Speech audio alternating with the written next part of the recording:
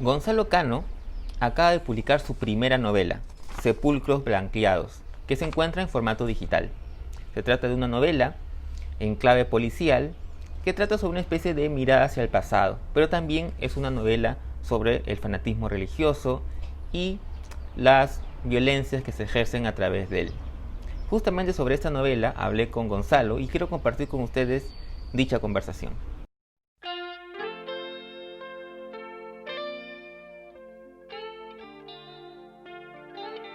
Gracias, Gonzalo, por tu tiempo y por permitirnos conversar sobre tu primera novela, Sepulcros Blanqueados.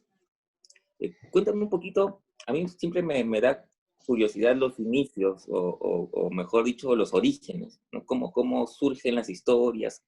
En este caso, tengo entendido que obviamente hay un vínculo con una experiencia propia, pero ¿en qué momento tú decides o tienes la necesidad de escribir esta novela? Eh, esta novela me tomó escribirla 10 años, ¿no? Y tuvo varias idas y venidas, ¿no? Originalmente comenzó como una especie de memorias. Y yo trataba de llevar la cuenta a partir de un texto que descubrí de una persona que perteneció a una secta yógica, que cuando lo leí me pareció muy parecida a la experiencia que yo había tenido. Entonces decidí hacer un texto similar. Cuando aparecen los escándalos primeros que se hacen públicos del sodalicio, digamos, de sus cabezas, eh, yo tengo un almuerzo con unos amigos y a una persona que estaba sentada a mi lado le digo, mira, le cuento un poco la historia, a quienes había conocido, y se me dice, eso parece una novela de detectives. Y en realidad, esa fue la primera vez en que se me ocurrió pensar, a pesar de que continué haciendo mis memorias un tiempo, pensar en qué relato detectivesco, novela negra, digo, ya le han dicho varias cosas a la novela en el camino, policiaco, pero sí, pues, ¿no? Es una historia que se prestaba para eso. Entonces yo diría que esos son los dos orígenes, ¿no? Ese texto que me lleva a escribir unas memorias y ese momento que me hace pensar que, que habría que elaborar esto, ¿no? No quedarme con la catarsis de las memorias, sino quizás ir un poquito más allá, en utilizar estos insumos para crear un poco, ¿no? Y bueno, fue así. De hecho, fue así. Claro, porque digamos, lo común es pensar eh, que lo que se cuenta está muy cercano con con la propia biografía del autor, lo cual no necesariamente es así. Es decir, un escritor es verdad que se vale de sus propias experiencias, pero esas experiencias son transformadas, ¿no? En ficción, en un producto de ficción. ¿Cómo fue ese proceso de escritura?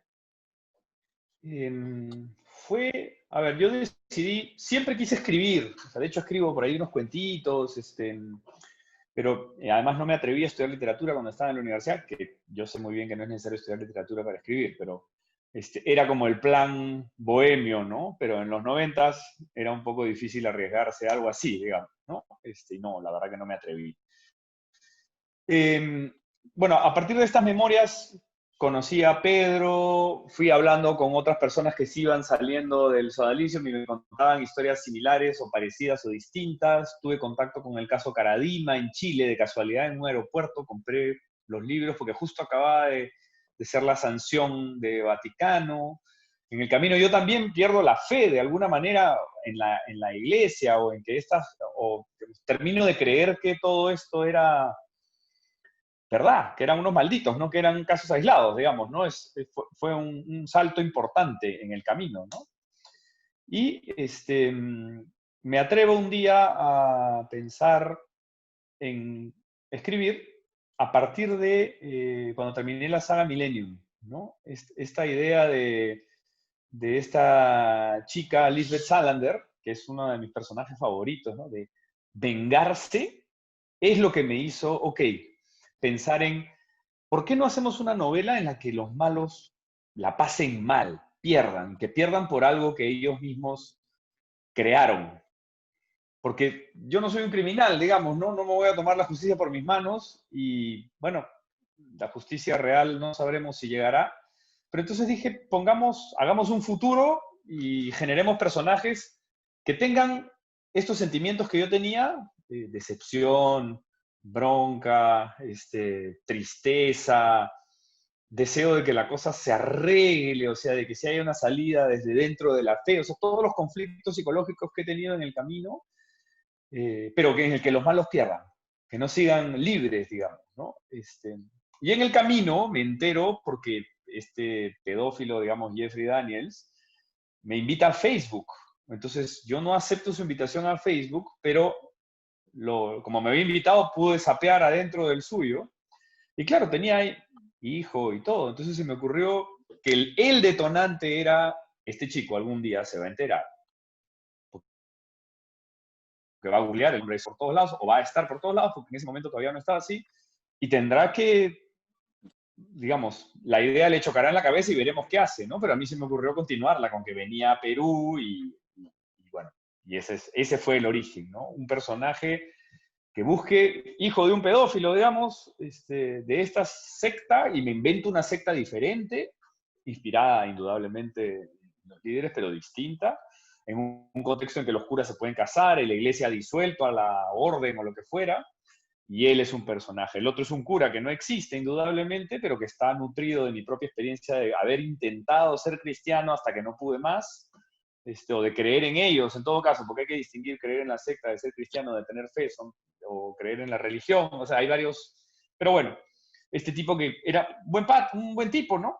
Un buen tipo que sí creía en lo que, pero se sentía mal porque había gente que había sufrido a su lado y él no lo había podido, entonces esa es la decepción de él, ¿no? Y el tercero, que es narrado en primera persona además, es el que se loquea, que lo loquean con la ortodoxia de doctrina, pero este tipo se le sale de control, o sea, este tipo se da cuenta que ellos no son ortodoxos, entonces decide eliminarlo, ¿no? Y bueno, ahí está, pues, ¿no? Ese es el camino. Claro.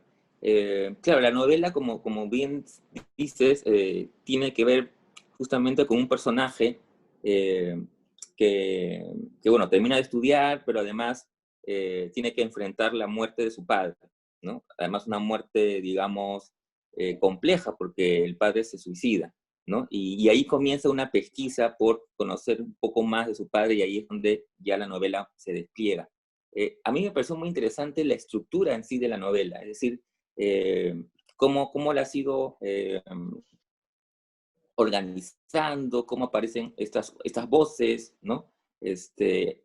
Muchas de ellas están narradas en tercera persona, pero como tú dices, hay una que está en primera persona.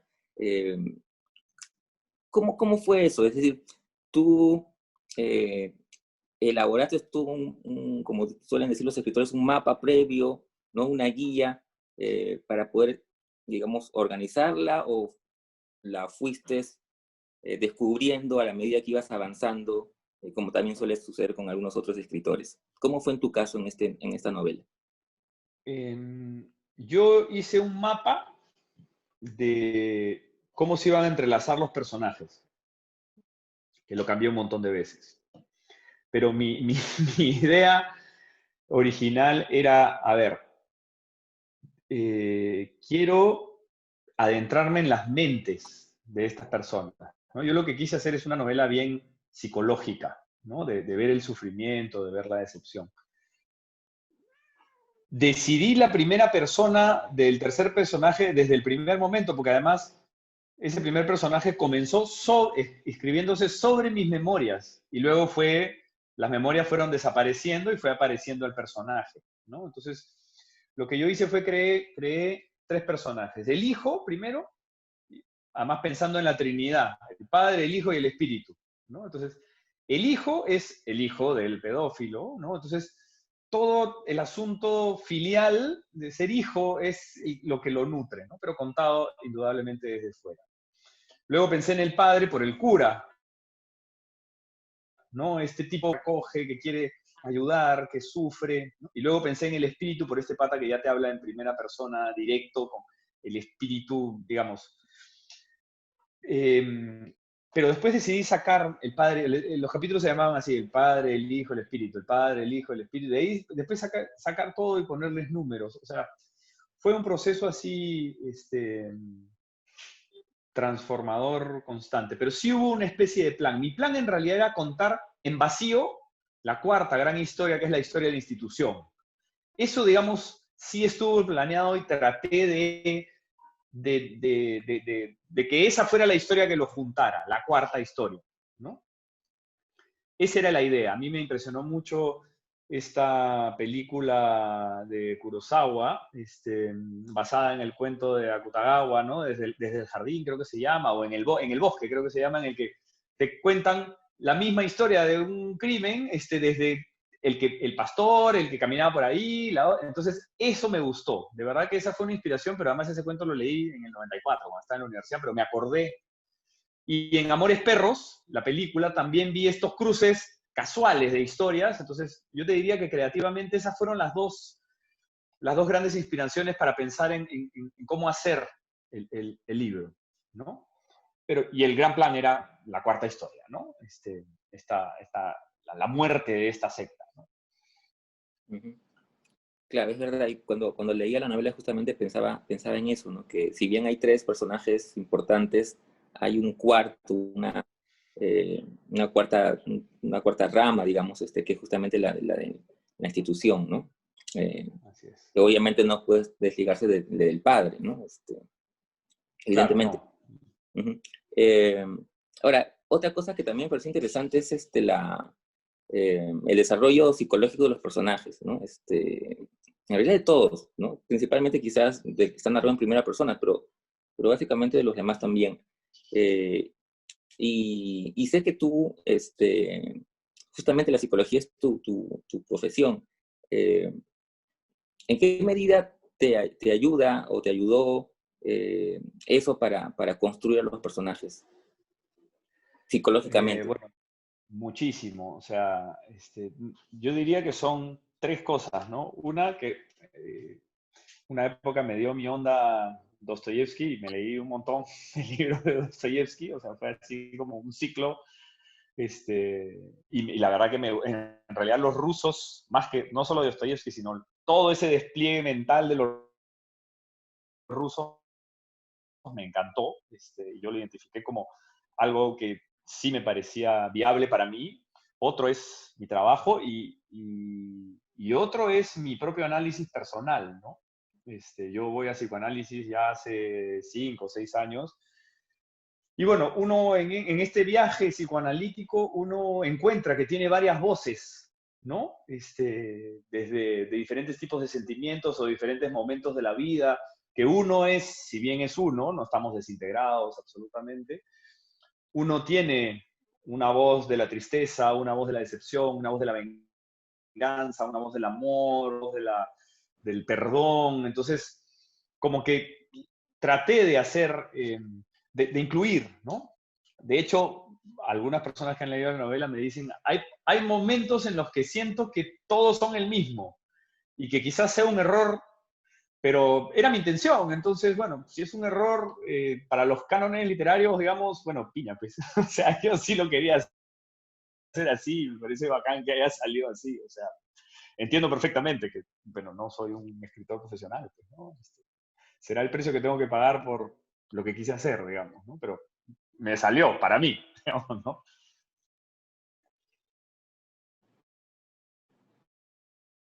Claro. Pero hay mucho psicología. No, pero yo no lo, claro,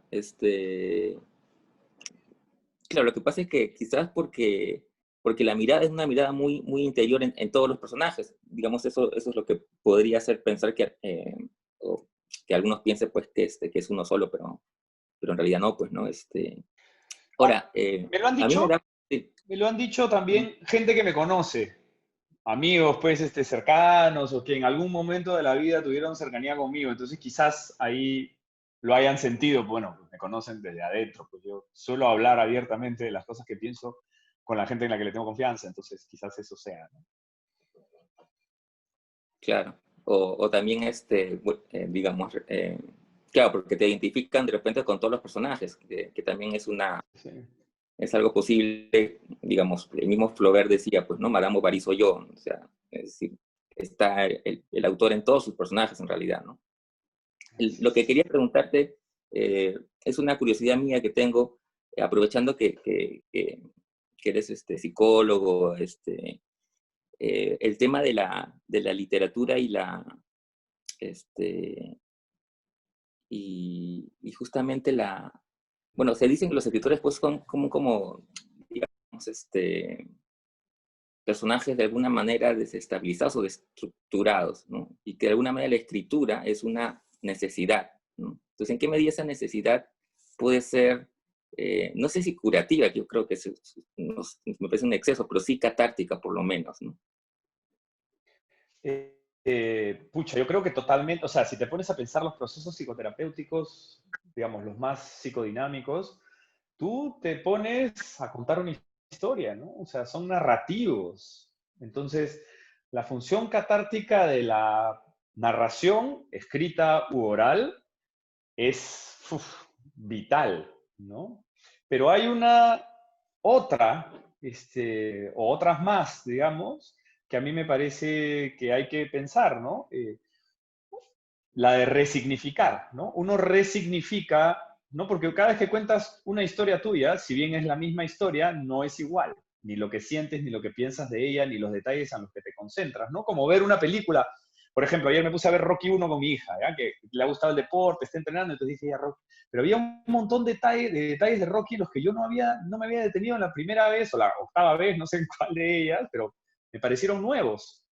No sé, yo no sabía que Rocky, no me acordaba para nada que Rocky le cobraba plata a un agiotista, por ejemplo, que ese era uno de sus trabajos. Había borrado por completo esa parte de la miseria de Rocky, digamos, ¿no? Y me llamó la atención, justo, o sea, no sé, y creo que eso nos pasa con nuestras propias historias, ¿no? Entonces, esta posibilidad de resignificar que nos da la literatura es increíble, ¿no? Y por otro, la creatividad de generar una realidad en la que uno se realiza, se siente mejor, no sé cuál sea la mejor manera de describirlo, ¿no? Pero en la que uno se integra, si quieres, ¿no? De una manera diferente, que hace una síntesis distinta, ¿no? Es curativa en la mayoría de los casos. Hay literatura que también podría terminar siendo destructiva, sí. Pero sí creo que el momento en que o sea, esta compulsión por escribir que tienen los escritores pasa porque mientras escriben se integran, se sienten como, incluso el más loco de los locos, ese es el momento en que se siente indivisible y eso es justamente un espacio de salud mental, ¿no? Sentir que uno no está desparramado, sino que está organizado, ¿no? Eso sí creo. Pero bueno, cada caso es cada caso. Sí, sí. Bueno, es de todas maneras fascinante el tema de la creación, ¿no? Bueno, luego de esta experiencia que para mí ha sido muy, muy interesante, por lo menos desde el lado del lector, eh, además sabiendo que tú también eres un gran lector y que en un momento, como me has contado, pasó por tu mente estudiar literatura y que como muchos en los 90, pues en los que me incluyo, no era una opción aparentemente viable.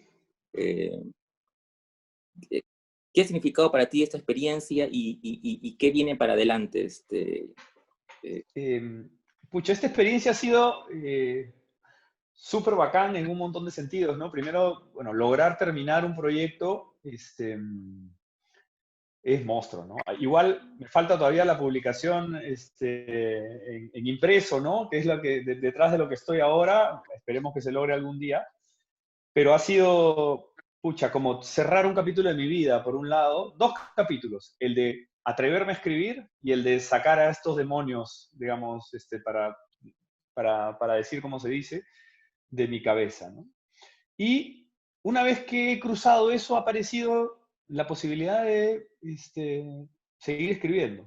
Entonces, hay algunos cuentos que ya tengo ahí, hay que trabajarlos indudablemente, son primeros borradores, pero mi idea es hacer un libro de cuentos pronto, de, en tono, en un tono con el que yo me identifico más, ¿no? Esta novela no es el tipo de literatura en el que yo me veo en un espejo, ¿no? Es una literatura bien catártica, ¿no? Más bien, en esta onda psicológica, si quieres, estos cuentos son más melancólicos, más de memoria, más noventeros, de hecho, o sea, como que he vuelto a esa etapa, y me estoy divirtiendo bastante haciéndolos, ¿no? Eso es una cosa. Lo otro es, ya estoy planeando una novela distinta, ¿no? Con también, evidentemente, la trama psicológica, pero he buscado una época de la historia del Perú, que estoy comenzando a estudiar, todavía no tengo bien los personajes, todavía no tengo la trama, tengo una serie de cosas que me inspiran, de otros tipos de personajes que han creado autores que quiero muchísimo, y ahí está como, estoy como tirando ingredientes a la marmita, digamos, ¿no? Todavía no está claro, pero ya sé qué época. Ahí me he quedado, ¿no? Estoy ahí investigando, leyendo un poco historia, estoy pensando en ir a buscar periódicos, para quizás ahí encuentre una historia a partir de la cual comenzar a tejer, ¿no? Y hay un ensayo que en realidad sería lo primero en publicar, que es el análisis desde mi ciencia, la psicología y el psicoanálisis, un intermedio sobre Maciel, Caradima y Figari, ¿no? Como los tres grandes verdugos de un determinado grupo socioeconómico de América Latina, ¿no? Ese también está ahí, ese ya está casi terminado, en realidad esa debería ser la siguiente publicación. Pero eso no es literatura, ¿no?